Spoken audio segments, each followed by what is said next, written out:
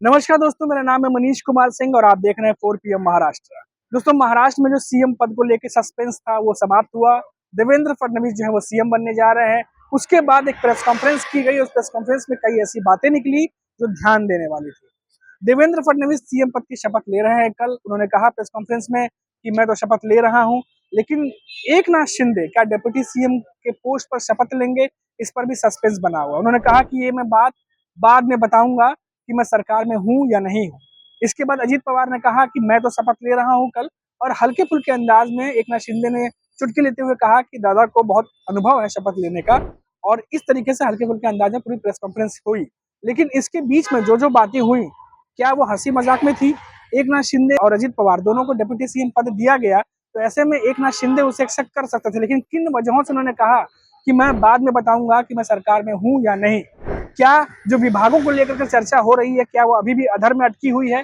जो तमाम विभाग हैं, गृह मंत्रालय है, पीडब्ल्यूडी मिनिस्ट्री है, या फिर जो बाकी के विभाग एकनाथ शिंदे ने मांगे थे, अर्बन डेवलपमेंट एरिया, क्या वो तमाम बातें बीजेपी के साथ उस पर सहमति बन पाई है? या फिर 5 दिसंबर जो है शपथ समारोह के लिए तय था, इसीलिए जल्दबाजी में केंद्र के मंत्री यहाँ पर पहुंचे और उन्होंने डिसीजन लिया, और इन सबके बीच में कई सारे ऐसे फैसले हुए जिससे एकनाथ शिंदे जो है वो सहमत नहीं है? क्या ऐसा भी है?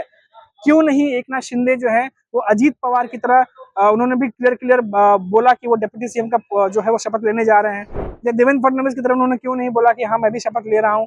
कहाँ पर जो है वो पेच फंसा हुआ है, कहाँ पे बात अटकी हुई है? इस बात को लेकर के अब अटकलें तेज हो गई हैं, क्योंकि महाराष्ट्र में लगातार, आपको दोस्तों बता दें कि महाराष्ट्र में सीएम फेस को लेकर के लगातार चर्चा हो रही थी। कौन बनेगा सीएम, उसको लेकर के बात हो रही थी। एकनाथ शिंदे, देवेंद्र फडणवीस रेस में थे। उसके बाद फिर ये बात आती है कि एकनाथ शिंदे जो अपना नाम पीछे लेते हैं और देवेंद्र फडणवीस जो है उनका नाम आगे होते हैं। ये फिर खबर आई कि आरएसएस की तरफ से जो है देवेंद्र फडणवीस का नाम जो है वो प्रपोज किया गया था, सामने दिया गया था। उनकी तरफ से एक कोशिश भी थी कि देवेंद्र फडणवीस जो है वो सीएम बने, लेकिन उसके बाद फिर दिल्ली में कई और नामों पर विचार हो रहा था। हमने ये भी देखा कि कई नेताओं के नाम पर फीडबैक भी लिया गया।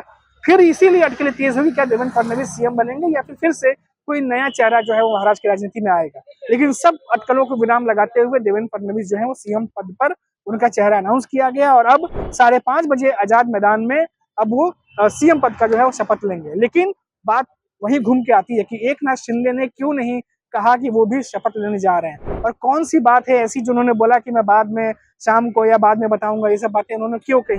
क्या उनके मन में कुछ और विचार चल रहा है? क्या एकनाथ शिंदे के मन में कोई ऑप्शन है, या फिर वो अपने दल के मंत्रियों के साथ बैठक करके किन्हीं बातों पर विचार करना चाहते हैं? ऐसी बहुत सारी बातें हैं जो अब अटकलों के बाजार में गर्म हो रही हैं। सबसे इंपॉर्टेंट बात कि सीएम फेस के नाम पर बीजेपी अपना मंत्री चाहती थी, जो उन्होंने कर दिया। अब दूसरी बात कि क्या विभागों को लेकर जो बातचीत चल रही थी, जो एकनाथ शिंदे डिमांड कर रहे थे, क्या बीजेपी उस पर नरम हुई है, या फिर एकनाथ शिंदे को भी साइडलाइन करके जो बीजेपी करना चाहती है वो महाराष्ट्र में करेगी? ऐसा कुछ चित्र बनता हुआ दिखाई दे रहा है। अब देखना होगा कि आने वाले समय में, आज रात तक या फिर कल, जैसे जैसे समय गुजरेगा, इस पर क्लियरिटी आती जाएगी। हमें भी इंतजार है कि आखिर एकनाथ शिंदे क्या अनाउंस करने वाले हैं, और क्यों वो डिप्टी सीएम का जो है वो शपथ से पहले उन्होंने कहा कि वो सरकार में है या नहीं, ये बाद में बताएंगे, जो अपने आप में सवालों के घेरे में है। अभी के लिए इतना ही, फिर लौटेंगे तो बात करेंगे किसी बड़ी खबर पर। तब तक आप देखते रहिए 4 PM महाराष्ट्र। नमस्कार।